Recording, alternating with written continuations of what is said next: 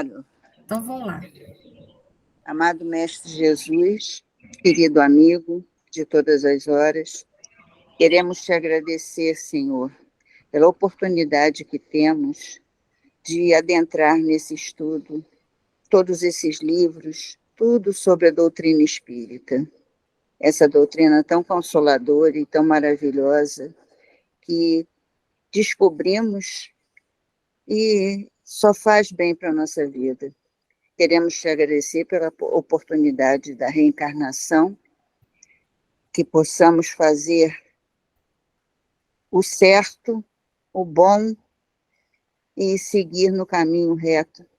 Te agradecemos, Jesus, por tudo, pela Leide e pela Enir, que facilitam esses livros para nós, mostrando cada vez mais esses encantos tão lindos do mundo espiritual. Obrigada, Jesus, por tudo, que assim seja, graças a Deus.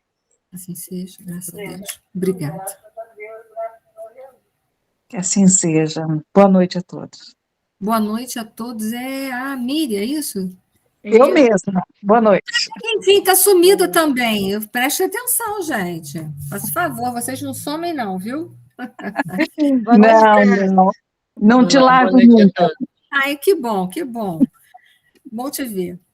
Gente, mas você notou minha ausência, porque eu falo muito, perturbo muito por causa disso. Se eu ficasse quietinho, você não ia notar. Noto, gente. Tem gente, às vezes, que eu mando o zap, sabe daqui desse grupo, quando a pessoa não vem, eu mando o zap. Tem gente aqui que sabe disso.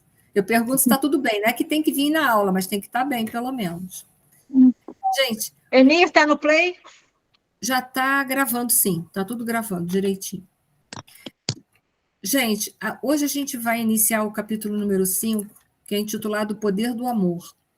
E a gente vai ver o quanto que o amor pode mesmo. Essa Cipriana é um sonho de consumo, né? Eu ainda brinquei, falei hoje de manhã com a Edith, que quando eu crescer eu quero ficar igual a Cipriana, porque, nossa, quanto amor! E só o amor mesmo para modificar as coisas. A gente acha que vai modificar com rispidez, né, com violência, com isso aqui, mas a gente não muda nada com isso, né? A gente ainda acha. Mas ela, com aquele jeitinho dela, cheio de amor, de ternura verdadeira, não era uma coisa da boca para fora, mas algo que tem dentro do coração dela, a gente viu quantas coisas maravilhosas esse espírito fez, e quantas já deve ter feito que não foi narrado em livro nenhum. Então, a gente vai ver o poder do amor, como o amor tem poder. Deixa eu entrar aqui, que eu sem querer sair do slide. Vamos lá. Em João, primeira epístola de João, capítulo 4, versículos de 7 a 8, João fala assim: Amados, amemos uns aos outros, pois o amor procede de Deus. Aquele que ama é nascido de Deus e conhece a Deus. Quem não ama não conhece a Deus, porque Deus é amor. Então, essa epístola de Pedro, ele mostra para a gente que se a gente quer sentir Deus, se a gente quer encontrar esse Deus que habita dentro de nós, porque Deus habita dentro de todos nós, sem distinção, porque Deus é imanente, Deus é onipresente, enfim, está em todos os lugares, a gente precisa aprender a desenvolver essa semente de amor que está dentro do nosso coração. Porque se a gente quer conhecer Deus, só amando. Se a gente quiser viver nele, é só amando. Então, é uma tarefa difícil, porque o nosso amor ainda é um amor de condição, cheio de questionamentos, né? Mas se a gente quer ser feliz, a gente tem que aprender a amar. Vamos lá. Cipriana é um espírito elevado, nem precisava dizer. Só da gente ter lido esse capítulo, nossa, eu fiquei encantada, né? Mais uma vez. É a orientadora dos serviços de socorro no grupo que é atendido por Calderaro. Então, quando tem algum serviço especializado que requer o amor para que haja a transformação das almas, a mudança de comportamento, ele vai chamar a Cipriana, porque ela é especializada em amar. Olha que bonito. Um dia a gente também vai ser. E aí, diz lá o livro, né? Fixou ela o triste quadro e disse ao assistente: Felicito pelo socorro que nos últimos dias vem prestado aos nossos infortunados irmãos.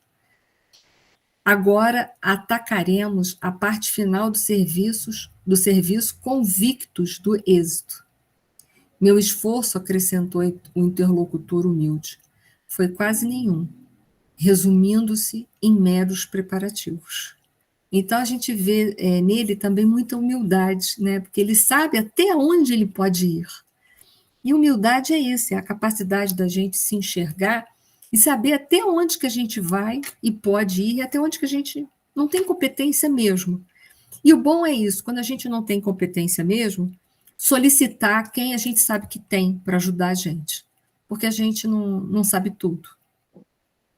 Irmã Cipriana sorriu afável e observou. Como atingiríamos o fim sem passar pelo princípio? E é verdade, né? Porque todo trabalho se encadeia, né?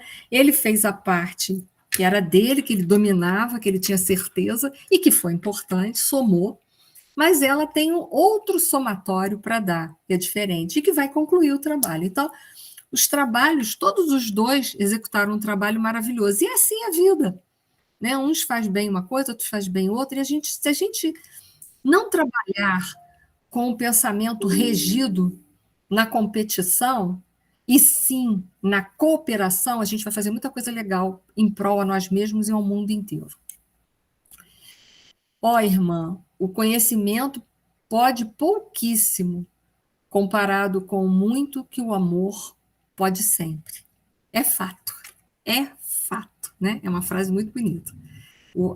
O conhecimento pode pouquíssimo comparado com o muito que o amor pode sempre. Porque o amor pode muito e pode sempre. O conhecimento pode pouco e nem sempre ele atinge. E isso é um fato aqui. Quem já trabalhou em mesas de desobsessão sabe disso, que quando os espíritos são muito endurecidos, não adianta ficar dialogando com eles de uma forma racional, porque eles são super inteligentes, eles têm saída para todas as coisas. O que quebra o endurecimento deles é o poder do amor. Então, entenda, não é o quanto que você sabe de doutrina, o quanto que você sabe de evangelho, mas é o quanto que você vive a doutrina e o quanto que você vive o evangelho é o que vai fazer a diferença. E mesmo aqueles que não são doutrinadores e que trabalharam em mesas mediúnicas, que foram médiuns psicofônicos, sabem porque sentem isso na hora que uma pessoa que tem uma autoridade moral vai esclarecer aquele espírito, a gente vê, a gente sente o que o espírito está sentindo, a gente vê que eles quebram, eles caem de joelho, literalmente. Mas isso se a pessoa tiver amor verdadeiro no coração dela. Então, entendam que o amor faz muita coisa. Estendeu as mãos para os dois desventurados, atingindo-os com o seu amoroso magnetismo, porque o amor é a força magnética mais poderosa do universo, porque é a força que constrói, que transforma todo o universo e o sustenta. Então, veja bem, atingindo-os com seu magnetismo, com seu amoroso magnetismo, e notei assombrado que o poder daquela mulher sublimada lhes modificava o campo vibratório.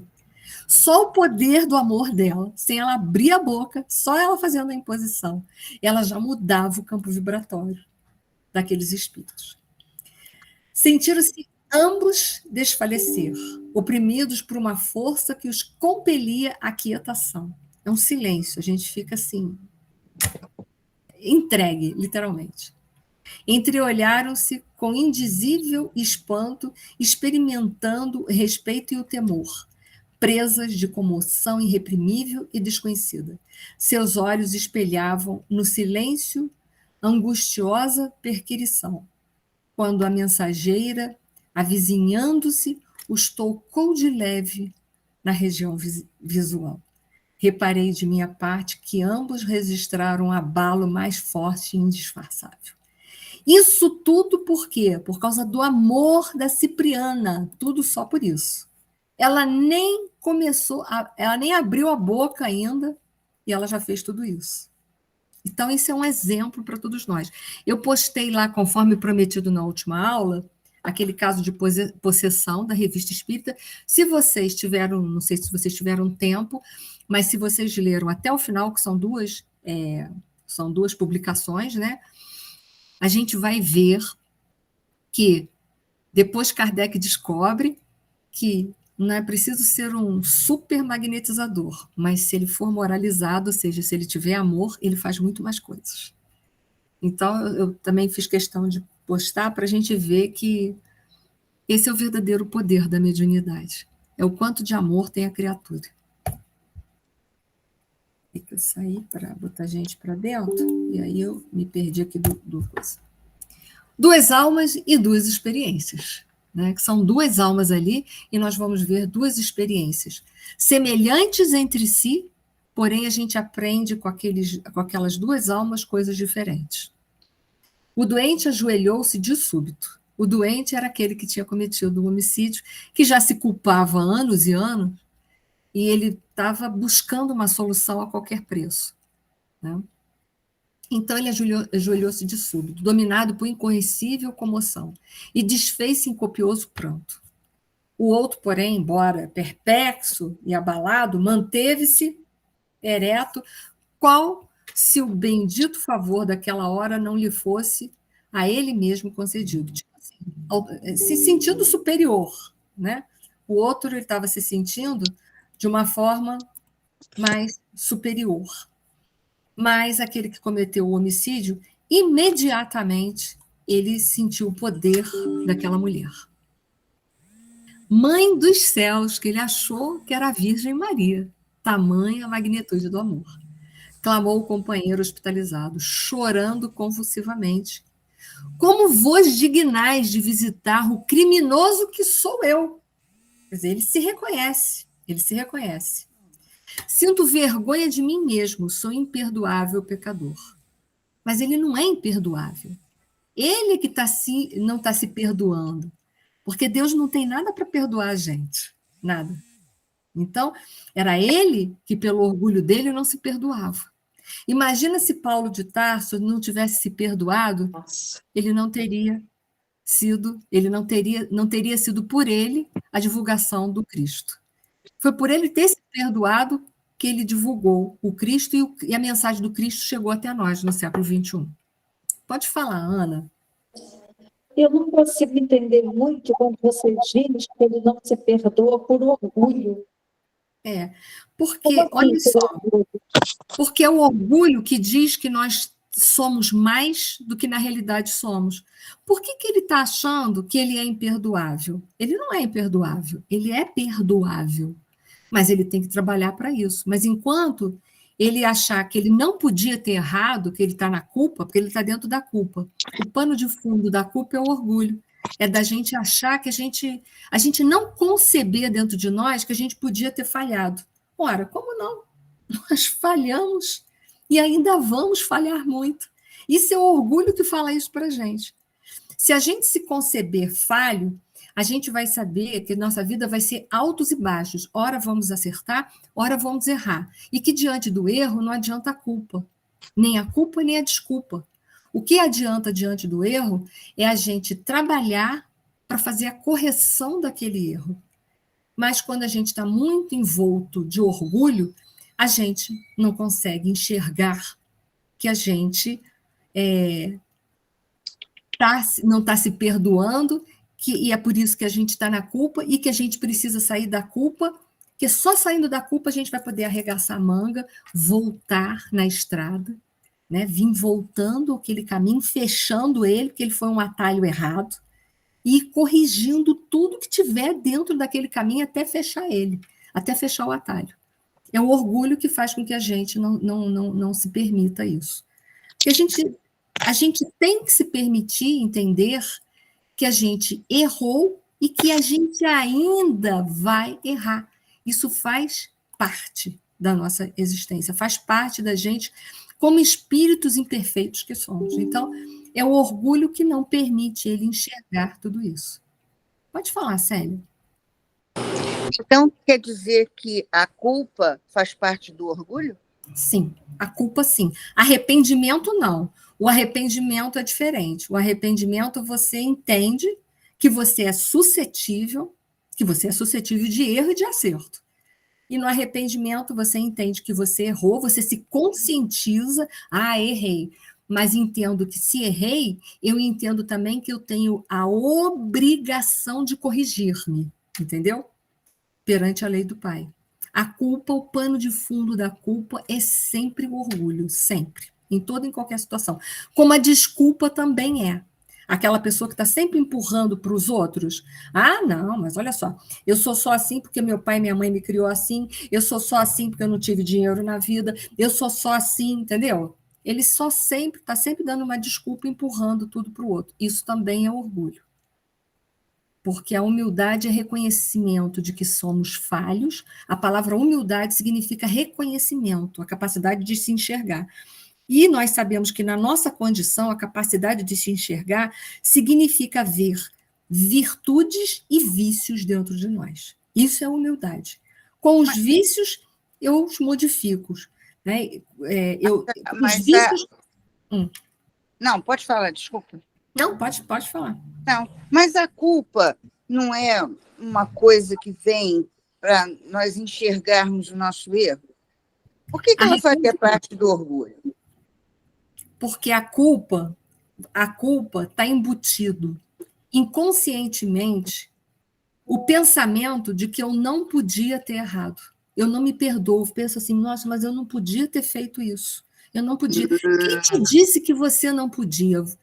Você não devia, mas não podia não é o termo, não devia. Ele não devia ter tirado a vida daquela pessoa. Porém, ele, pelo livre-arbítrio, ele podia ter tirado, tanto é que tirou. Mas ele não devia, entendeu? Então, ele fica dentro desse circuito fechado, enquanto que ele deveria pensar assim, eu não devia, mas fiz. Agora, o que eu vou fazer? Eu vou reparar minha falta. Já fiz, então eu vou reparar minha falta, eu vou corrigir. Tá bom, obrigada. Nada. Pode falar, Márcia.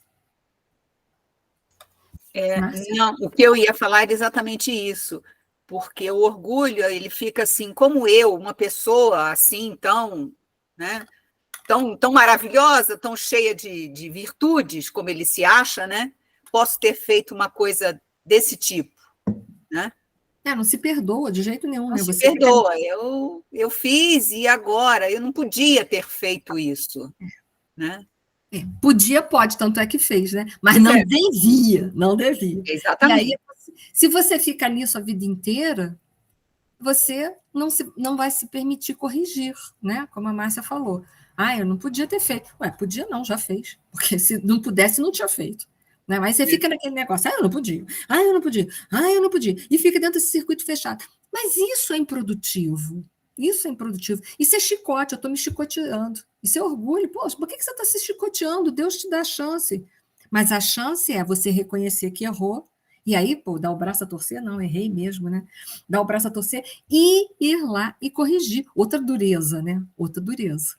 Você vê que o próprio verdugo, ele é um grande orgulhoso. Por quê? Porque ele não quer conferir ao outro o poder do perdão. Ele acha que ele tem o poder do perdão, ele não quer conferir ao outro o perdão. Porque ele acha que, assim, enquanto eu não perdoo ele está na minha mão, eu continuo chicoteando ele, mas não é assim. Ele não quer se dobrar. Não quer se dobrar. Se dobrar. Né? O outro, por exemplo, o verdugo, ele não está na culpa, ele está na desculpa. Eu só estou nessa condição porque ele me tirou a vida. Não, amigo. Tanto é que Cipriana, a gente vai ver lá nos finais do diálogo dela, ela coloca bem. Você está agindo mal, você está perseguindo ele, porque você também tem o mal muito semelhante ao dele, porque se você fosse bom, você já tinha perdoado ele. Não é?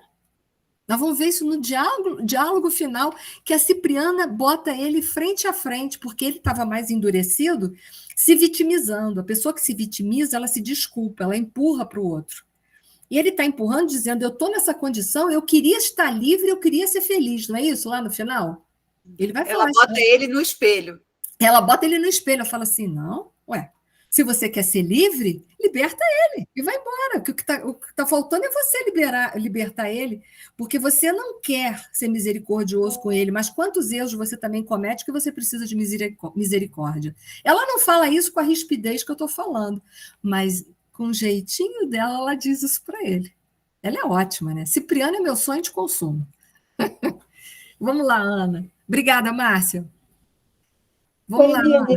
Nesse caso aí da reparação, será que a dificuldade do obsessor é que, por mais que ele repare, ele não vai conseguir devolver a vida a esse obsessor? É só uma questão mesmo do obsessor perdoar.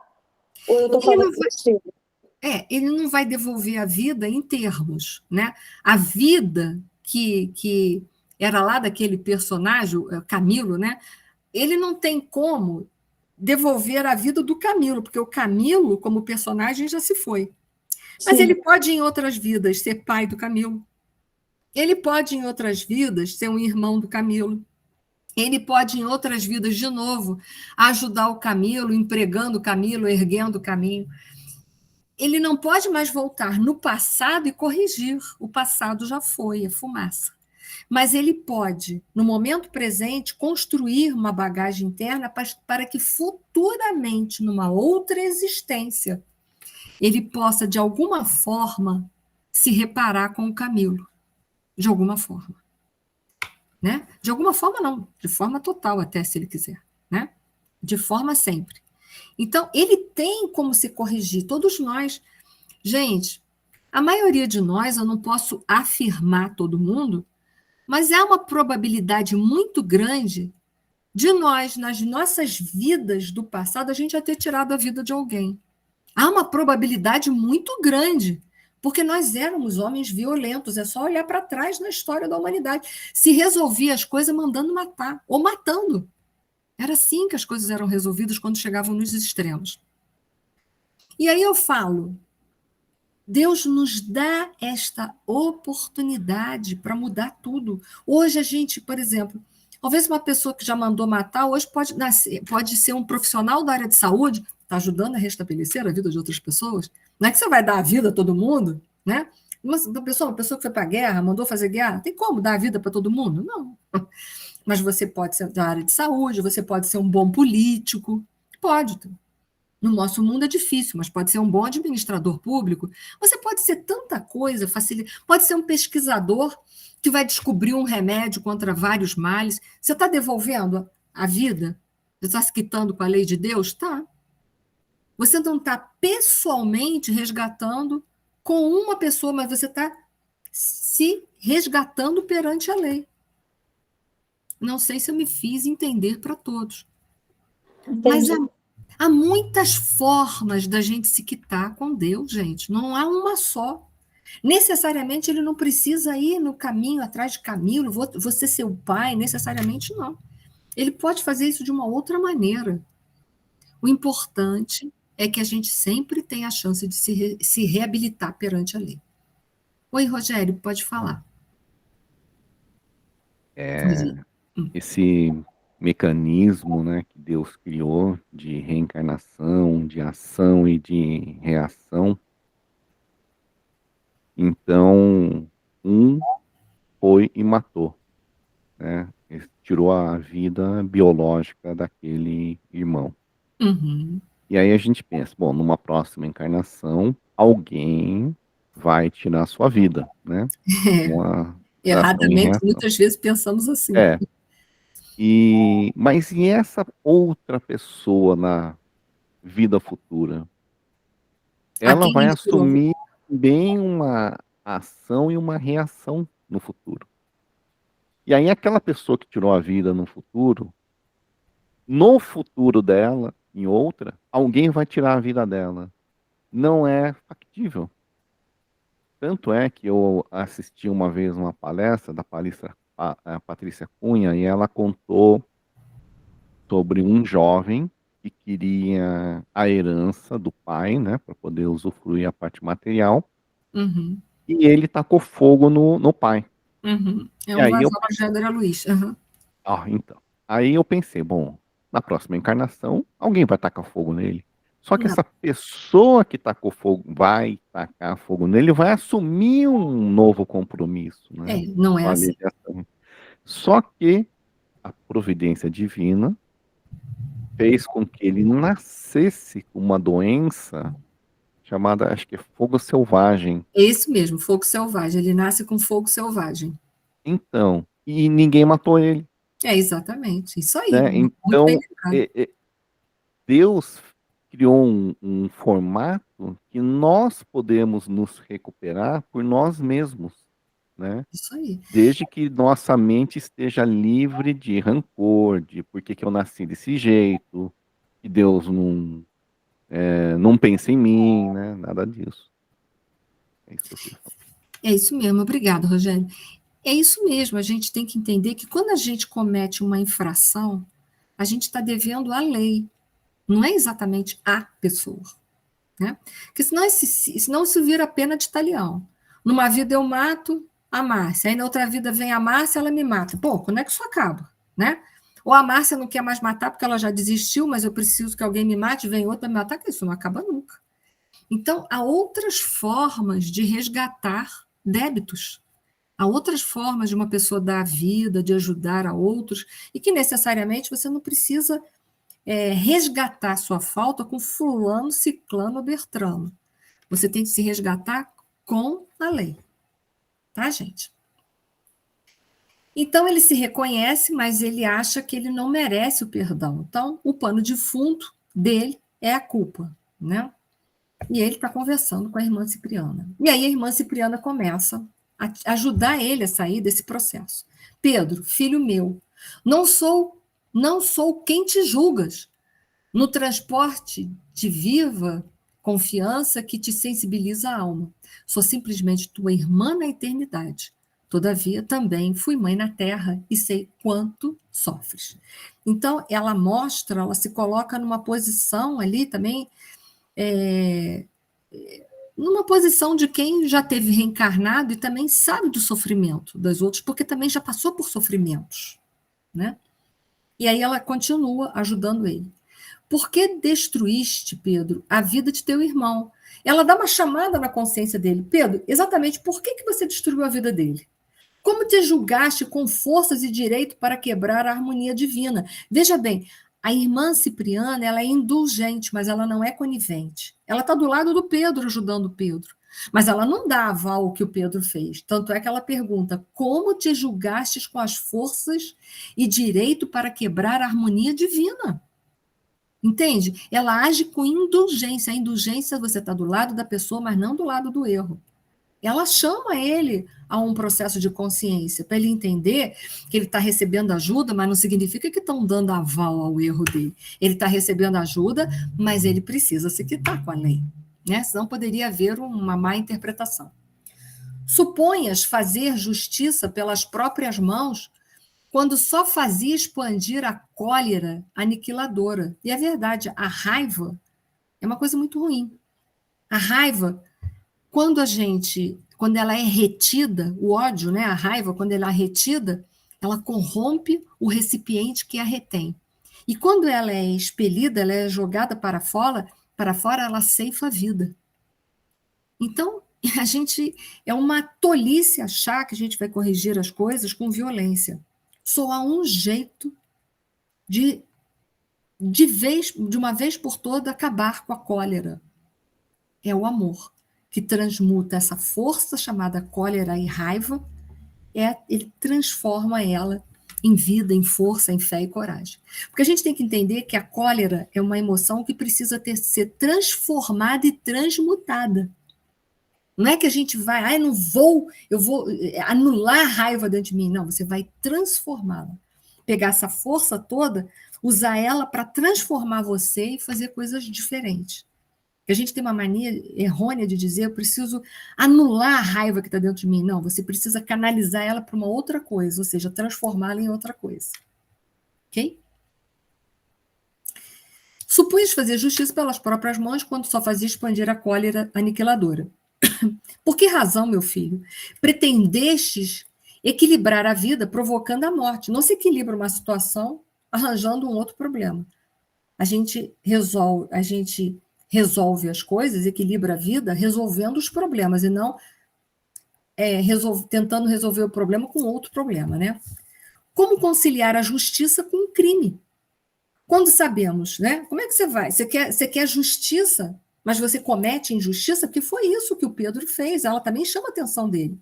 Você queria justiça, você queria a parte do dinheiro que é sua, porque você estava, né? Porque você queria que a justiça se fizesse em você. O que você faz? Você infringe a justiça, que você tira a vida dos outros. Então você é tão injusto quanto o outro. Você é tão injusto quanto o outro.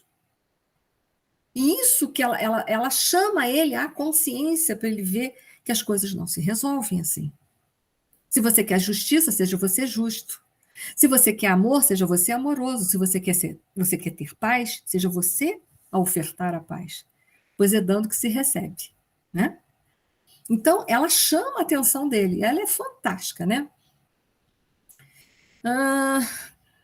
Onde eu parei? Como conciliar a justiça com o crime quando sabemos que o verdadeiro justo é aquele que trabalha e espera no Pai, o supremo doador da vida. Então, não façamos nós a justiça, porque quando a gente faz a justiça, a gente é justiceiro, a gente não tem competência para fazer justiça. Nós não temos.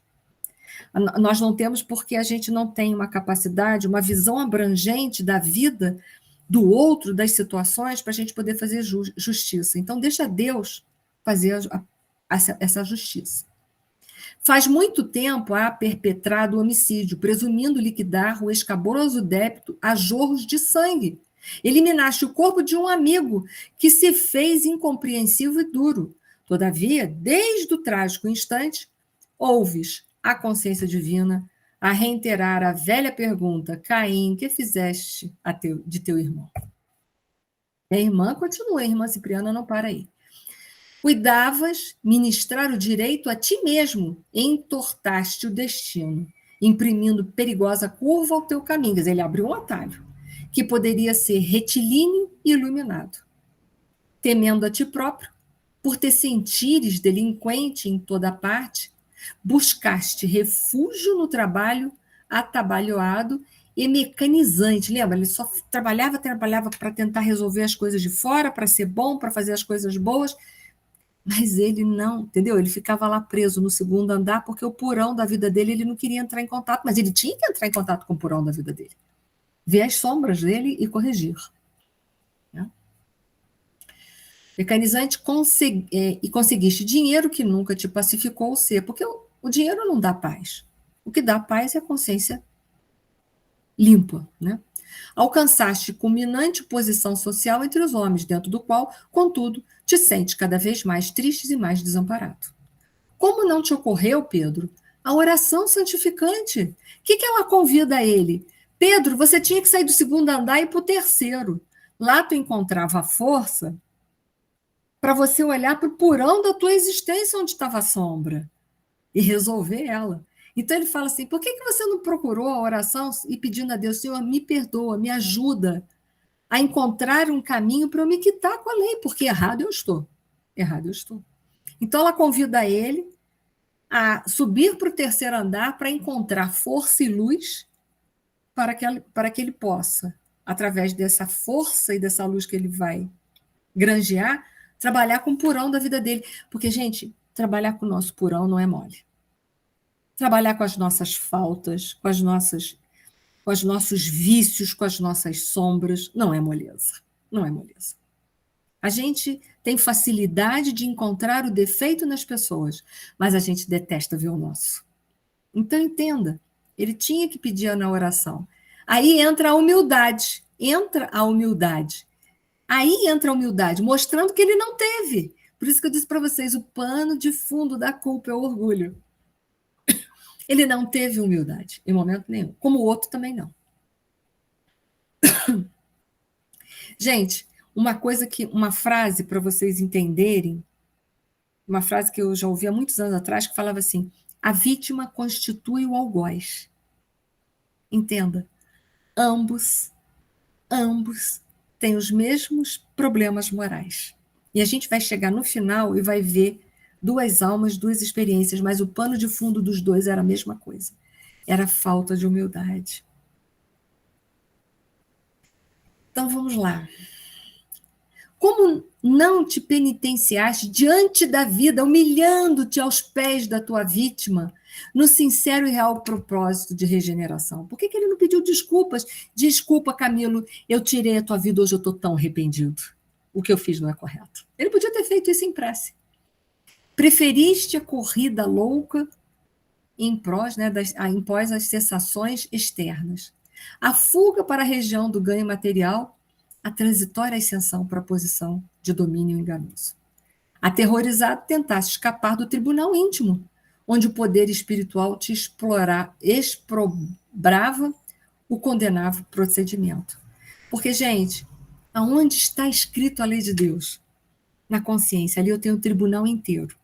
Então, eu posso sair daqui e morar, sei lá, na Austrália. Eu vou levar minha culpa para lá. Eu posso sair do planeta Terra e ir para Marte. Eu vou levar minha culpa para lá. Não adianta, eu tenho que resolver. Não adianta empurrar com a barriga. Tem que resolver.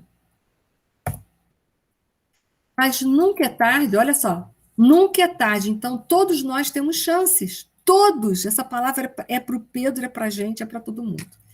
Mas nunca é tarde para levantar o coração e curar a consciência que foi ferida. Lá na consciência está dizendo assim, você matou uma pessoa. Tirar a vida dos outros é errado. Então, mas nunca é tarde para se curar. Exausto de sofrer. Exausto de sofrer o quê? O que é o sofrimento? É a dor cronificada. Todo dia ele sacava o chicote nas costas e jogava salmoura. É isso que ele fazia. Enquanto se ele tivesse uma posição de humildade, recorresse ao terceiro andar, à prece, a Deus, pedisse para ajudar ele, para encaminhar ele, cara que ele ia encontrar solução e paz para a consciência. Exausto de sofrer, cedeste à enfermidade e aproxima-te da loucura. De alma contundida e corpo em desordem, apelaste para a misericórdia divina. E aqui estamos. Quando apelou para a misericórdia divina, olha aí, tá aí, né? Precisava só apelar. Contudo, meu amigo, nossa voz não se ergue para fustigar-te o espírito, não é para castigar ele, mas para esclarecer que ele merece a libertação, mas ele tem que lutar por ela. Já de si mesmo tão castigado e tão infeliz. Vimos ao teu encontro para estimular-te a regeneração. Então, eles não estão ali para punir. Se conscientiza, arregaça a manga, trabalha, que você também merece paz, como o Camilo também merece. E aí, só para relembrar, lembra que eu falei para vocês? Diante do erro, nem culpa, porque quando a gente age na culpa, a gente formata um auto-julgamento, a gente se condena, a gente se pune, e há ali uma falsa responsabilidade. Por que é falsa responsabilidade? É falsa responsabilidade porque eu fico só me punindo, mas eu não faço a minha reparação. Eu não me resgato diante da vida, eu não me resgato com a lei, eu fico só me punindo, só acabando comigo. O que eu tenho que fazer? Me corrigir. Então, não caia na culpa, mas também não cai naquilo que o Camilo está, que é na desculpa. Na desculpa, a gente também faz um auto-julgamento e fala assim, não, eu só sou infeliz, sabe por quê? Porque o Pedro me matou. Senão, nada disso, eu não estaria perseguindo ninguém, mas eu estou perseguindo, sabe por quê? Porque eu estou sendo obrigada. Obrigada porque o Pedro me fez mal. Mentira, ninguém é obrigado a viver infeliz nem fazer mal a ninguém. Ele fez porque ele quis, pelo livre-arbítrio dele. Então, o que acontece? Nem na culpa, nem na desculpa. Então, ele faz um auto-julgamento, ele se justifica, ele diz assim, eu só estou assim por causa do Pedro. Eu estou esse monstro, esse homem perverso, só por causa do Pedro. Mas alguém pode colocar o mal dentro de vocês ou tirar? Nem colocar e nem tirar. O obsessor, ele não coloca mal dentro de vocês ou de mim. Ele trabalha com o mal que temos dentro de nós. E é essa janela que dá a ele todo o poder de nos obsidiar. Quando a gente fecha essa janela através da reforma íntima, ele não tem mais poder nenhum. O poder eu tiro da mão dele naquele instante. Então, ele se justifica dizendo que foi por causa dos outros, ele cai num processo de irresponsabilidade, foge. Por quê? Porque parte desse processo é responsabilidade dele. E ele não assume a parte que é dele. E aí ele não se liberta e ele não é feliz. E não é por causa dele. Então, um entrou no culpismo, que é o Pedro, e o Camilo entrou no desculpismo. Vão sair dessa? Não. Só vão sair dessa quando ambos tomarem a consciência dos seus erros. Aonde que eu errei? Eu errei aqui. Isso é meu. Por exemplo, Camilo, se eu estou perseguindo Pedro, opa, o problema é meu, não é? Eu que estou sendo mal com Pedro. Por que eu, a partir de hoje, não passo a agir dando a outra face, que é perdoando Pedro e seguindo a minha vida? Por que eu não paro de perseguir o Pedro? Por que eu não me permito ser uma pessoa boa e sigo? Isso é tomada de consciência. E aí eu vou me arrepender, claro, porque eu também tenho culpa no cartório. Eu vou me autoanalisar. Olha só, o Pedro fez isso comigo, mas olha, sabe que lá no fundo eu estava com intenção de lesar ele mesmo? Então, porque a gente acaba vendo que tem mais coisa no fundo do baú, né? Eu aprendo, porque o erro também te ensina aquilo que você não deve fazer, mas ele te ensina. Eu me responsabilizo, né? Porque eu estou vendo a parte do meu erro, eu estou me responsabilizando, e diante disso, eu estou aprendendo, eu começo a granjear novos sentimentos. Eu vou me fortalecendo e aí eu posso reparar. O que é reparar? Devolver à vida aquilo que eu tirei. Que é o que vai acontecer com os dois no final. Eles se perdoam e seguem para se fortalecerem, adquirirem virtudes, para que um dia eles possam viver harmoniosamente juntos. Novamente. Bom, né, a gente saber isso, né? Isso é uma delícia, né? Irmã Cipriana, sem julgamentos. Ela não faz mesmo. Quem poderá condenar alguém depois da comunhão de vicissitudes na carne? Quem se sentirá suficientemente puro e santificado para tirar a primeira pedra? Lembra da mulher adúltera? O que Jesus fez? Atira a primeira pedra quem tiver isento de pecado. Eu não posso. Tanto é que os mais velhos saem primeiro. Por quê? Porque já tinha errado mais. Então, eles tinham um monte de coisa para lembrar. Os mais novos tinha errado um pouco menos, tinha que forçar um pouco a memória para ver. Ih, não, é verdade, eu já errei. Aí saíram. Aí saíram. Então, atira a primeira pedra quem tiver isento de pecado. Se você está isento, você atira. Atira a pedra. Vai lá. Vai fundo. Mas se você não pode atirar a pedra, então por que você está insistindo em atirar se você não pode? Né? Mesmo depois de haver atravessado a fronteira das cinzas do sepulcro. Quer dizer, então, continua, né, fazendo. Então, ela vai mostrando para ele, né? Eu vou pular isso aqui e vamos em frente. E aí, eu fiz a correlação com essa pergunta que eu gosto de falar muito, que é a 903 do Livro dos Espíritos, que vai falar sobre as virtudes e os vícios, que é o que a gente está trabalhando aqui, com virtudes e vícios. Cipriano é um exemplo, né? Já falei que eu sou fã. E os vícios dos dois.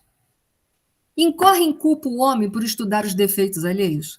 Porque o que um está fazendo, principalmente o Pedro, está se achando, o Pedro não, o Camilo, está se achando que ele pode, né, fazer um julgamento, estudar os vícios dos outros, a se aproveitar para si, né, para ter uma superioridade. E aí os espíritos dizem, incorre em grande culpa. Culpa no sentido de responsabilidade.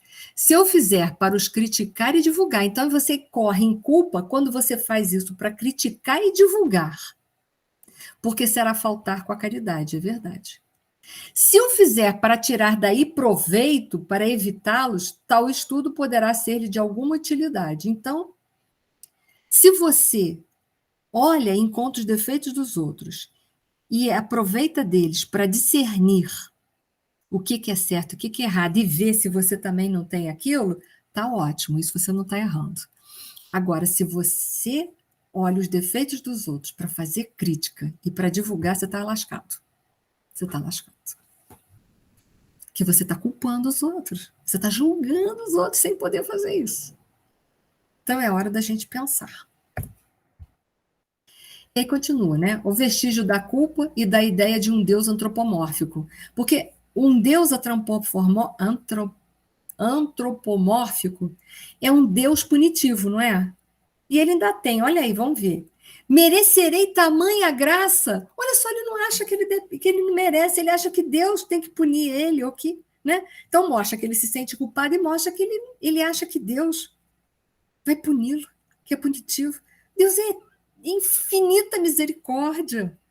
Deus não está condenando ele em lugar nenhum, está pedindo para ele se quitar, mas não está condenando ele em momento nenhum.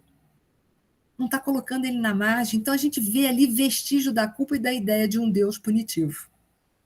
Como não, filho, diz a Cipriana. Como não, filho meu? Olha que lindo da parte dela, né? Porque ela sente ele como um filho de verdade. O pai não nos responde às súplicas com palavras condenatórias. Deus não responde a gente para botar a gente no fundo do poço. Ele responde a gente porque ele quer que a gente se erga do fundo do poço. Acercamo-nos de ti em nome dele, de Deus, nosso Supremo Senhor. Então, ela está ensinando para ele que Deus é pura misericórdia e por amor. Olha que linda essa Cipriana, meu Deus, eu já estou encantada com ela de novo. E aí ele vai falar da providência divina. Cipriana animou, bondosa e explicou. É imprescindível aquietes a mente afogueada, depositando nas mãos do Senhor as antigas angústias. Para de se jogar no fogo do inferno, Pedro, e se entrega nos braços de Deus. Ele não está te condenando, ele só quer que você se reerga, se repare, tire essa mancha da sua consciência que está te infernizando, que está te atormentando esses anos todos. Pedro, se entrega para Deus, se entrega de corpo e alma. Deixa Deus agora ir te conduzindo para o caminho da reparação, Pedro. Mas o que a gente faz? A gente quer estar com as rédeas na mão, né? O Camilo é a mesma coisa, ele está querendo estar com as rédeas na mão, ele quer fazer a justiça, e Pedro também, ele quer se fazer a justiça se autopunindo. Mas, Pedro, para de se autopunir e vá trabalhar, cara. Vai trabalhar para se reerguer, para ser feliz. Porque ser filho de Deus, você merece ser feliz, você merece viver no amor. E o Pai só quer isso para tu, não quer outra coisa. Para tu e para todos. Quer isso para você e quer isso para o Camilo também. Porque ele é tão filho quanto você, Pedro. Mas como a gente tem dificuldades, né? E aí, a divina providência. É conforme a justiça que nada possa ser ganho sem o merecido. Gente, a divina providência não é dar para os outros uma coisa de graça, não. Não é que Deus vai me agraciar. Toma aí, Enia. Não, Enia, eu vou te dar condições para você se erguer. Eu vou te dar condições para você se erguer.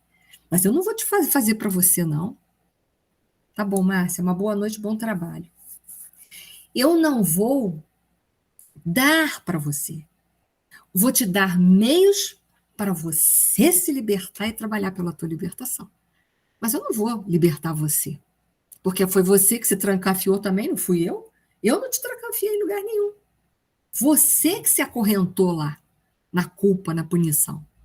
Então, eu vou te dar condições.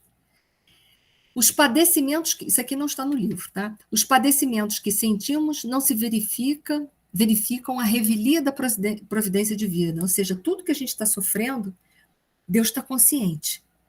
E vai, na medida da necessidade real, providenciar para nós condições para a gente se restabelecer. Mas vamos lá, vamos ver.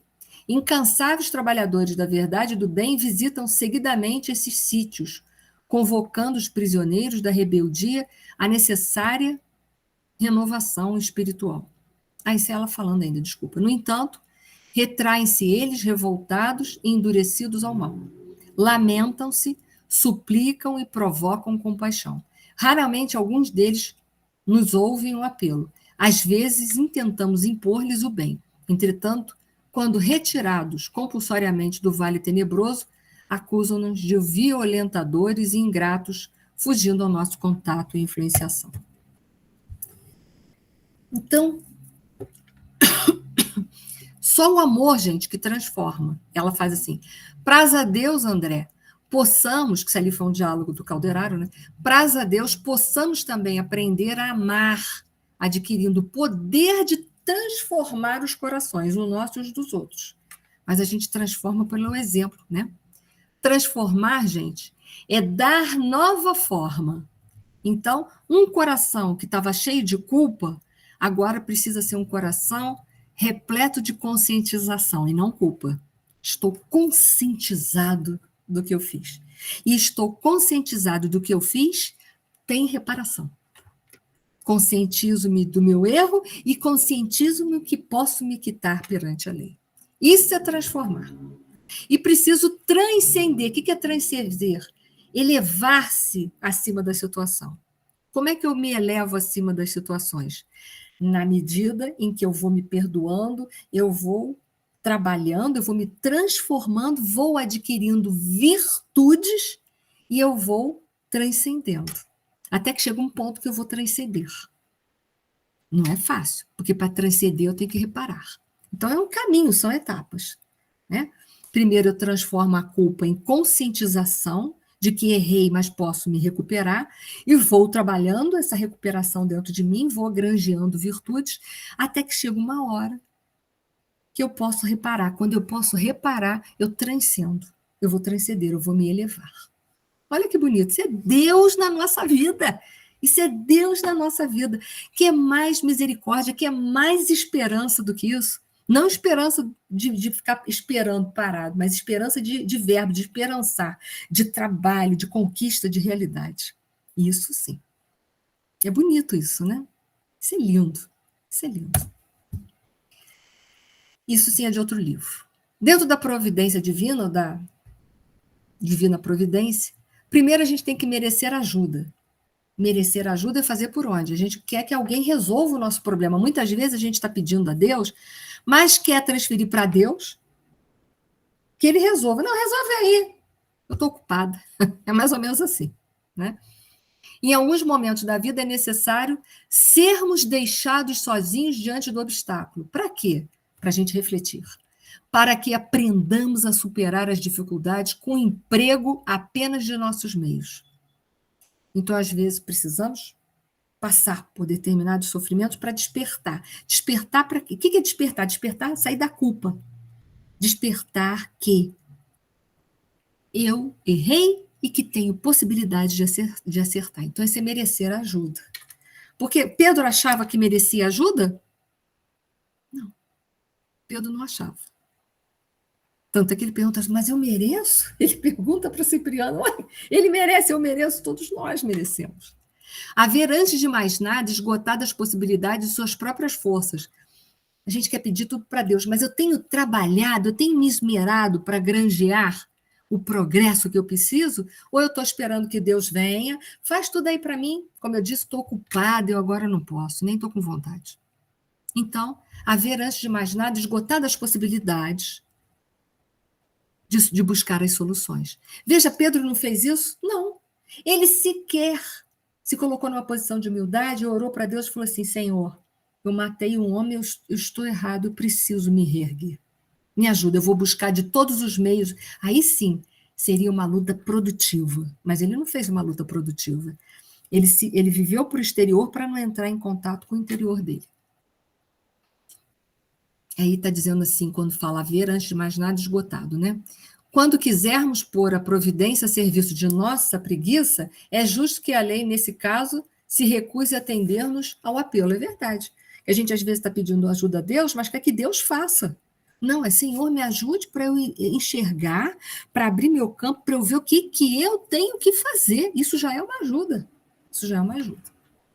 Estar de acordo com as suas condições e em estado de necessidade absoluta, que muitas vezes a gente pede ajuda a Deus, mas a gente não precisa, a gente está só barganhando, né? A providência não nos provê do supérfluo, mas do necessário. Então, muitas vezes a gente pede ajuda, mas a gente não... A gente sabe o que tem que fazer, mas a gente está querendo é ganhar. Mas a gente já sabe o que tem que fazer. Já sabe. Muito bem, mas não está afim. Pedir o necessário e nada mais, é verdade. Pedir só o que nós verdadeiramente precisamos. Às vezes a gente está passando uma necessidade física, um exemplo, né? Uma necessidade física qualquer. Senhor, não tem um prato de comida. Aí o prato de comida vem, Senhor, não tem uma casa para morar, não tem nenhuma Mercedes, um BMW para andar, Senhor, olha que absurdo. E aí, pensa bem, vão combinar que as necessidades básicas, ok, mas um BMW, uma Mercedes, um Volvo, você não precisa disso, né? Você pode pegar um ônibus, por exemplo, até você conseguir um trabalho melhor, e aí, se você quiser, você compra uma Mercedes, um BMW, um Volvo, enfim, isso é problema seu. Mas não é problema de Deus, isso, né? Então, pedir o necessário e nada mais. Para obtermos a ajuda, torna-se necessário não pretendermos mais do que temos o direito de pedir e havermos, antes de mais nada, aprendido a regra da temperança. Nada de supérfluo, o necessário. Pedir humildemente com submissão e fé. Não é pedir a Deus como se ele fosse um escravo, um serviçal, e ele tivesse que me dar. Deus já dá muito. Já dá até mais do que a gente merece. É só a gente olhar bem. Devemos adquirir consciência da ordem divina e, ao invés de procurar torcê-la conforme nossa conveniência no momento, devemos procurar pôr-nos de acordo com ela, aceitar as leis. Devemos, pois, também crer e confiar, isto é, ter através da prece a sensação dessa realidade estupenda, ou seja, a de que não estamos abandonados e a sós, mas existe no céu, nos céus o Pai, velando por nós e provendo-nos do necessário. Então, esses são requisitos para a gente poder acessar a providência divina ou a divina providência.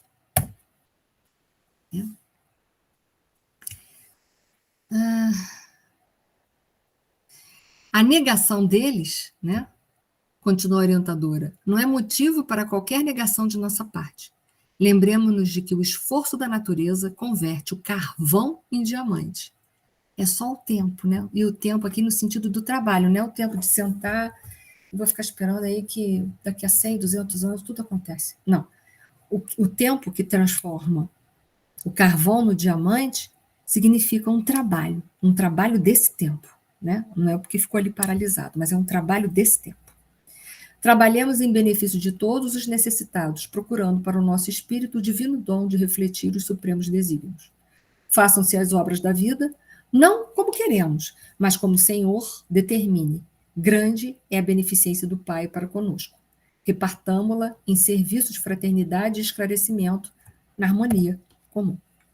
Bom, eu vou parar aqui porque faltam 2 minutos e a gente termina esse capítulo numa próxima aula, porque ainda vai estar falando do restabelecimento, da culpa e da desculpa, do processo do perdão, que eu acho que isso é muito importante para todos nós aqui. A gente tem dificuldade em se perdoar e perdoar o outro. Então, eu acho que vale a pena a gente investir um pouco mais ainda nesse capítulo, que agora vai vir a parte do Camilo, que é a parte da desculpa. A gente viu a parte da culpa, agora a gente vai ver a parte da desculpa. 2 mecanismos errôneos da nossa parte diante dos erros. Tá? Então, eu vou pedir, solicitar a Leida que faça a nossa prece final, agradecer a presença de todos, tá? E vamos aproveitar, neste momento em que a gente está unidos, né, pelos laços do amor, dos interesses em comum, a gente orar por aquelas pessoas que a gente sabe que estão passando por momentos difíceis. Tá bom? Obrigada a todos. Leida, faz a nossa prece, por gentileza. Sim.